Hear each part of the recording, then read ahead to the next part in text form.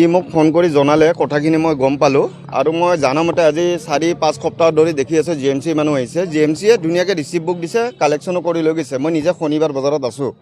4-5 সপ্তাহে মই দেখিছোঁ তাৰপিছত ইহঁতে যিটো এইটো অবৈধভাৱে এইটো কৰি আছে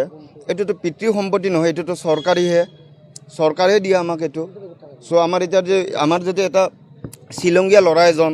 যদি ইয়াতে বেপাৰ কৰি খাব নোৱাৰে তেনেহ'লে কি বহিৰাগত মানুহ আহি ইয়াতে বেপাৰ কৰি খালে আমি সহ্য কৰিম নহ'ব হয়নে নহয় আমিতো বহিৰাগত মানুহৰ অত্যাচাৰ আমি সহ্য কৰিব নোৱাৰোঁ যিহেতু আমি আজি দাদাৰে ন্যায় পোৱা নাই ইয়াতে আৰু আমাৰ নিজৰ শ্বিলঙীয়া ল'ৰাৰ ওপৰতো অত্যাচাৰ এতিয়া এনেকুৱা চলি আছে চ' আমি কি হিচাপে আমি এইবোৰত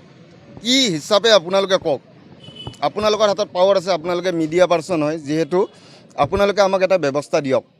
ইয়াৰ এটা উপায় দিয়ক আমাক নে কি কয় লাগে লাগে আমাক ন্যায় লাগে বাছ ন্যায় লাগে যিহেতু আমি জুবিন দাৰ কাৰণে ন্যায় বিচাৰি আছোঁ চ' এইফালে শ্বিলঙীয়া ল'ৰাজনৰ কাৰণে ন্যায় বিচাৰিছোঁ সেইবাবে মই ভয় কৰা নাই মই ডাইৰেক্টলি কৈছোঁ আপোনালোকক স্পষ্টভাৱে কৈছোঁ যিটো দাদাই কৈ গৈছিলে হেণ্টা কাকো খাতি নকৰোঁ বুলি ঠিক তেনেকৈ ময়ো কৈছোঁ কাকো খাতি নকৰোঁ যিহেতু আমাৰ শ্বিলঙীয়া ল'ৰাৰ ওপৰত অত্যাচাৰ হ'লে আমি কাকো সহ্য নকৰোঁ নিজৰ মৰ্জি মানে সিহঁতে নিজা মৰ্জিত কৰি আছে কাম মোৰ দোকানটো এইটো 25 বছৰৰ পৰা চলি আছে দোকানটো মোৰ দাদা ঢুকাৰ পাছত দাদাই মোক দিলে তাৰপিছত মই দোকানটো চলাই থাকোঁতে লাষ্ট টাইমলৈকে মই খাজানা দি আছোঁ ইয়াতে খাজানা পইচা সিহঁতে লৈ আছে কিন্তু একো ৰচিদ নিদিয়ে সিহঁতে কিন্তু এতিয়া মোৰ দোকানটো মোক নটিচ নিদিয়াকৈ মই থানাত এটা এজাহাৰ দিছিলোঁ থানাই একচেপ্ট কৰা নাই সাতগাঁও থানাই একচেপ্ট কৰা নাই এজাহাৰটো তাৰপিছত মোক একো নটিচ দিয়া নাই মই জিলা পৰিষদত অফিচত গৈছিলোঁ অফিচত যাই কিনে কৈ আহিছোঁ যে এনেকৈ সিহঁতে ক'লে যে টাইমত অলপ ৰখা কিন্তু সিহঁতে আহি কিনে মানে বস্তুটো ভাঙি দিছে মোক একো নটিচ দিয়া নাই মানে মোক জনাও নাই একো জনাও নাই মানে মোৰ এইটো হোটেল আছিলে ফাষ্টফুডৰ হোটেল আছিলে মোৰ 25 বছৰ হৈ গ'ল এইটো হোটেলটো মানে মোক নটিচ একো দিয়া নাই আহি ভাঙি দিছে সিহঁতে মানে নিজৰ গুণ্ডা টেক্স লয় সিহঁতে যোনটো লয় আমাক ৰচিদ নিদিয়ে একো এইটো মহলদাৰ আছিলে মহলদাৰকেইটা লৈছিলে পইচা কিন্তু আজিলৈকে ৰচিদ এটাও দিয়া নাই ইয়াতে যিমান দোকানী আছে চব দোকানীকে পইচা লয় ৰচিদ নিদিয়ে সিহঁতে চব পইচা লয় হয় হয় এইটো আপোনাৰ 20-25 বছৰৰ পৰা এনেকুৱাই চলি আছে মহলদাৰে 100-200 এনেকুৱাকৈ লয় কাৰোবাৰ পৰা 500 লয় এনেকুৱাকৈ লয় ৰিচিপ্ট নিদিয়ে মোৰ দোকানত বস্তু আছিলে কিবা কিবি আছিলে চব মানে ভাঙি কিনে হেৰি কৰি দিছোঁ মোকতো ক'ব লাগে ন মইতো সেইটো কৰি খাইছোঁ মোৰ এতিয়া অসুবিধা হৈ আছে মোৰতো এতিয়া প্ৰব্লেম এটা কি কয় ভাস্কৰ হাজৰিকা আৰু এটা বাবুলালী ইয়াতে মুৰ্গী দোকান এটা আছে A to Z বুলি এটা মুৰ্গী দোকান আছে সিহঁতে দুইজনে ভাঙিছে সিহঁতে মানে হেৰি আপোনাৰ সিহঁতে মানে মহলদাৰে আছিলে সিহঁতে এতিয়া মানে কৈ আছে সিহঁতে কিন্তু লিজত লোৱা বুলি কয় আমাক লিজ কপিটো নেদেখায় সিহঁতে লিজৰ কপিটো নেদেখায় সিহঁতে আমাক যে আপোনালোকে যে লিজত লৈছে আমাক দেখাওক কিন্তু সেইটো নেদেখায়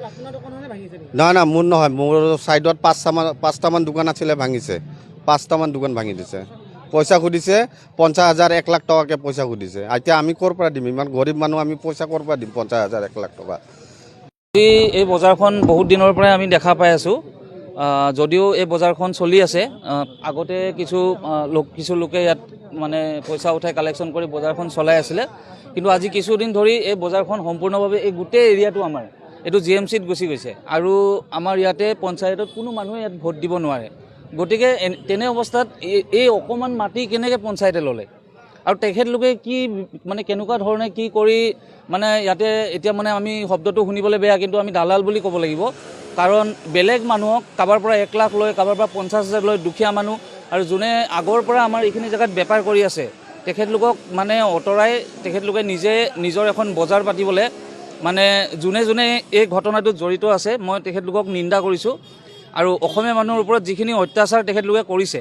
আজি আমাৰ দুখীয়া শ্ৰেণী ইয়াতে বেপাৰ কৰি যিখিনি আমাৰ ইয়াত মানে যিহেতু পাঞ্জাবাৰী আগতে গাঁও পঞ্চায়ত আছিল আৰু এই বজাৰখন সম্পূৰ্ণভাৱে যিসকলে তাৰমানে সংস্থাপন নাই আজি আমাৰ বহুত ডেকা ল'ৰা ইয়াতে কোনো ধৰণৰ সংস্থাপন নাই গতিকে তেখেতলোকে আমি বিচাৰোঁ যে এই বজাৰখন আমাৰ লোকেল মানুহে তেখেতলোকে পায় ইয়াতে নিজৰ বিজনেছ তেখেতলোকে ভালকৈ কৰিব পাৰে আজি আমাৰ এজন ভাইটি আমাৰ ঘৰৰ ওচৰৰে আমাৰ ইয়াৰে লোকেল ল'ৰা হয় বহুত বছৰৰ পৰা তেখেতে কৰি আছিলে তেখেতৰ দাদাকৰ আগতে দোকান আছিলে আমি তাতে আমি আহিছিলোঁ আজি তেখেতৰ দোকানখন এনেকৈ ভাঙি দিয়া দেখা পাই আমি দুখ পাইছোঁ আমি জিলা পৰিষদৰ CEO যোন আছে তেখেতক আমি অনুৰোধ জনাইছোঁ যে তেখেতে বিবেচনা কৰিব লাগে আৰু আমি লোকেল MLA যোন হয় অতুল বৰা দেৱক তেখেতক আমি ক'ব বিচাৰোঁ আপুনি অকণমান এই বজাৰখনৰ ওপৰত মন কাণ দিব লাগে, কাৰণ এই বজাৰখনৰ অৱস্থা বহুত বেয়া। আজি আমাৰ ইয়াত CRPF আৰু BSF আৰু পুলিচ তেখেতলোকে ফৰেষ্ট এনি টাইম ইয়াত ডিউটি দি থাকে, কিন্তু তেখেতলোকে পেচাব কৰিবলৈ ইয়াত জেগা নাই। টয়লেটৰ একদম জৰাজীৰ্ণ অৱস্থা। আপোনালোকে যদি কেমেৰা ঘূৰাব পাৰে, আপোনালোকে এবাৰ বাথৰুমটো আপোনালোকে চাই আহিব পাৰে। বহুতবাৰ ইয়াতে পইচা চেংচন হৈছে, আমি গম পোৱা মতে বহুতবাৰ এনেকুৱা ধৰণৰ দুৰ্নীতি ইয়াতে চলি আছে। আজি এই বজাৰখন সম্পূৰ্ণভাৱে একদম এটা মানে বেয়া হেৰিত গুচি গৈছে, আৰু ইয়াৰে যিখিনি লোকেল বেপাৰী সকলোকে খেদোৱা হৈছে। আৰু এইবিলাক দেখাই পাই আছে, আৰ্ট ফিলিং কৰি আছে, ইয়াতে পাৰ্কিং কৰিব বোলে। সেইখিনি আমাৰ ক'ব লগা আছিল।